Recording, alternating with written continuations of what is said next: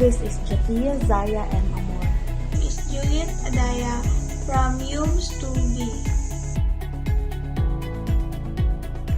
What is solidarity? Solidarity is generally understood as a sense of unity among people, especially in terms of their interests or objectives, or as an expression of support or sympathy.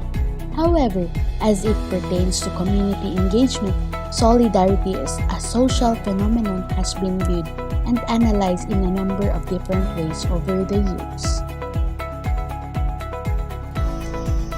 So now I'm going to discuss about Darkinian solidarity. The expansion of modern industry and capitalism lead to the increasing separation and specialization of occupation. And Darkin note that this applies not only to business, politics, and economics, but also to the humanities and social sciences. The division of labor in society in 1983 proves that societies are held together by social solidarity. There are two kinds of solidarity who proposed Darkin, which is mechanical solidarity and organic solidarity. The first one is mechanical solidarity. Mechanical solidarity refers to the state of community bonding in traditional societies, in which people share beliefs and values and perform common activities. Also, it is social integration of members of a society who have common values and beliefs. These common values and beliefs constitute a collective conscience that work internally in individual members to cause them to cooperate. Mechanical solidarity defined as a small and undifferentiated society affects everyone. People care deeply about collective conscience. Collective conscience are quite rigid, associated with religion. Second one is organic solidarity. Organic solidarity occurs when people live in a society with diverse division of labor. This forces people to depend on one another for survival. As a society has evolved since the days when small, local, and homogeneous society where the norm, urbanization, industrialization, and capitalism lead to the development of large, diverse, and complex societies. Organic solidarity defined as a large and differentiated society.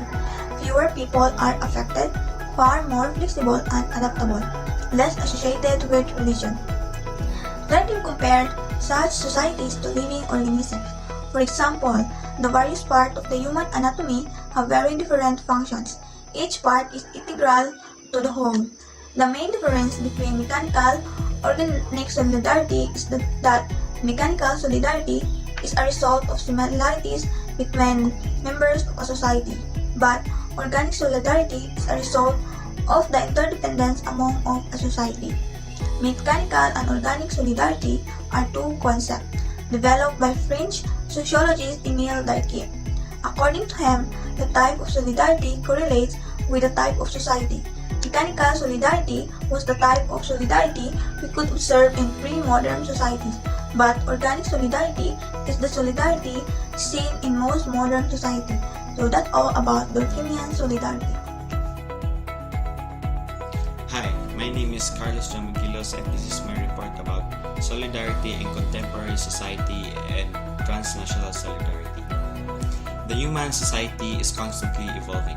A lot has occurred since the Durkheim's day, not only in terms of how the society moves and operates, but now we also examine the society and how it moves and operates, particularly globalization and rapidly advanced technology have made travel a lot more easier and efficient. as well as rapid communication and interaction. It allowed us to view both ourselves and others from multiple perspectives. The thriving global society gave us the new forms or iterations of solidarity. Before solidarity as a social phenomenon was limited by geography. Communities defined by physical location and proximity. Globalization and internet made it possible for people to connect and form communities from different countries and even from different continents. There are new forms or new ways of classifying solidarity. Listed here does not mean to replace Durkheim's categories. They only add dimensions on how we look at solidarity as a social phenomenon. These new clarifications mutually exclusive of each other. They intersect with each other as they occasionally do with Durkheim's categories. Transnational solidarity. This was theorized by Carl Gold in 2007. This form of solidarity refers to ability not only to individuals but also to groups of people. It is to identify and empathize with others who are experiencing some sort of injustice. This occurs regardless of geographical location, perhaps even a cross-border location, perhaps even on a cross-border or transnational scale.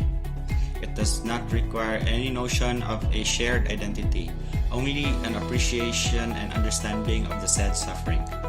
Those who express such solidarity may or may not take action, address or counteract the suffering, whether out of moral obligation or an altruistic motivation.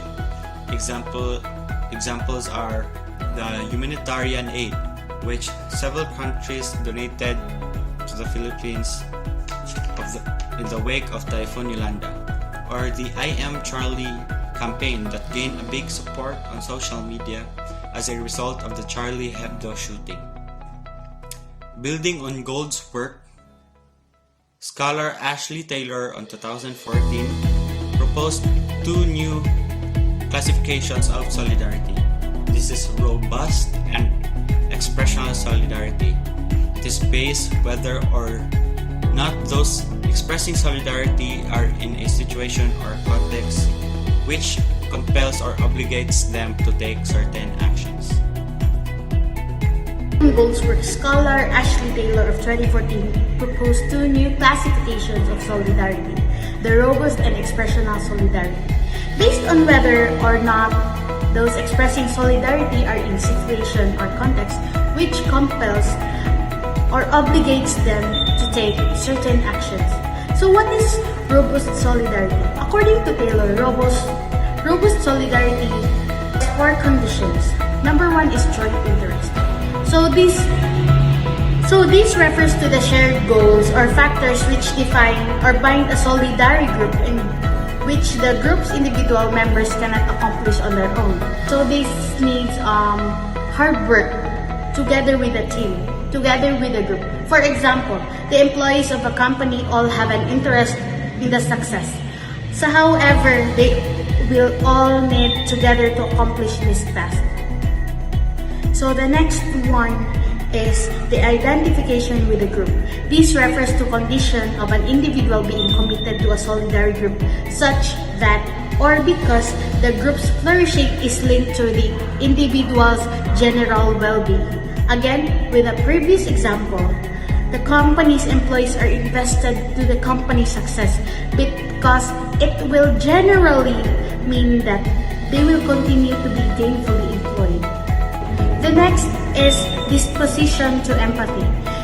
This involves being affected by others' situation, or at least being disposed to being affected by them. This entails being willing and able to understand the social conditions of the members of one solidarity group, and also understanding one's co-members' emotional response to those conditions. So the next one is the mutual trust. This is the final condition of robust solidarity. And like the disposition to empathy, it is specific to the goals of the solidarity group. The first conditions are intensifiers of the fourth. The stronger the other conditions, the stronger the mutual trust between the members of the group. The next solidarity that Taylor proposed is the expressional solidarity. Expressional solidarity, on the other hand, occurs when one or more of the previously listed conditions is unidirectional or not mutual along the members of solidarity group.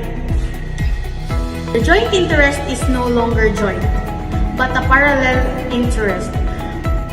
Another indicator of expressional solidarity is that the individual or group expressing solidarity is not a context which compels said expression. One such scenario provided earlier is the wave support for Charlie Hebdo on social media.